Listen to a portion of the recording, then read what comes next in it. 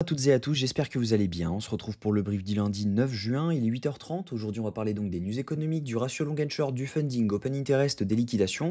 On regardera ce que font les whales en finissant par l'analyse technique de Bitcoin. Mais avant ça, on va regarder donc ce qui s'est passé hier et avant-hier. On n'a pas eu de vidéo donc hier tout simplement parce qu'il y avait un live sur la school. Donc si vous voulez nous rejoindre, il n'y a aucun problème. Ce sera un grand plaisir avec tout le contenu qu'il y a.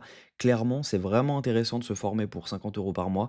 Clairement, même si vous restez un seul mois, le contenu qu'il y a dedans vaut bien plus que ça, donc n'hésitez pas à nous rejoindre si vous voulez vous former au trading, ce sera un grand plaisir de vous accompagner. Et en tout cas, on peut commencer. Donc hier, on a call ce short sur Bitcoin, c'était pour trader une continuation baissière en H4. Donc je viens de le TP parce que là, on est plus sur du gamble 50-50 au moment où on arrive dans cette zone, tout simplement parce qu'on est dans une zone potentielle de rebond, mais également elle peut lâcher pour venir chercher cette OBH1. Donc voilà, je préfère clôturer quand je suis sur du 50-50, j'ai plus tous mes billets pour pouvoir ouvrir du short. Donc l'idée était de rentrer dans ce IFVG M15 que nous avions donc juste ici, donc vous le voyez, on est sur donc un FVG ici qui n'a eu aucun effet lorsqu'on y est retourné, et donc par conséquent, si on y retourne ensuite, on a un rejet. Donc c'est chose qu'il y a eu au début.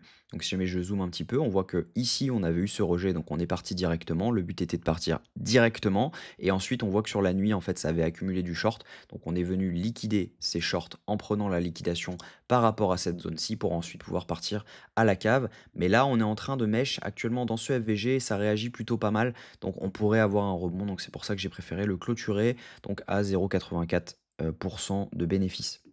Donc voilà, on est là-dessus actuellement.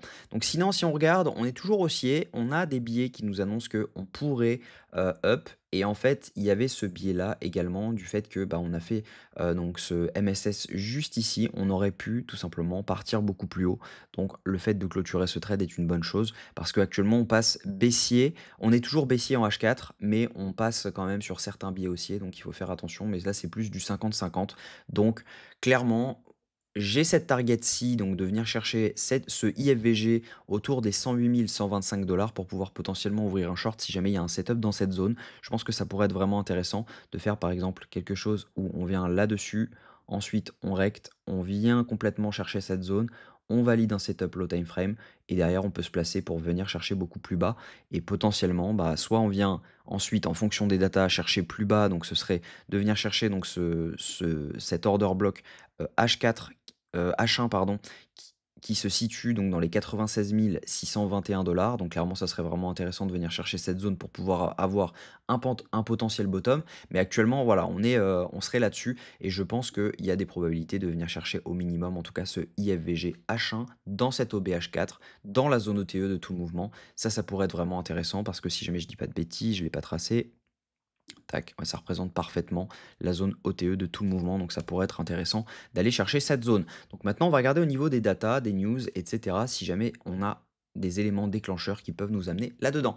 Au niveau crypto bubble, on a du rouge à peu près partout, c'est normal, on a dump un tout petit peu sur Bitcoin, on a certains alts qui résistent, mais voilà, la majorité est dans le rouge. Au niveau news économique, aujourd'hui, on n'a rien du tout, on aura simplement une grosse news mercredi, on aura l'inflation à 14h30, donc attendez-vous à avoir du mouvement mercredi 14h30 et 15h30 avec l'ouverture des marchés.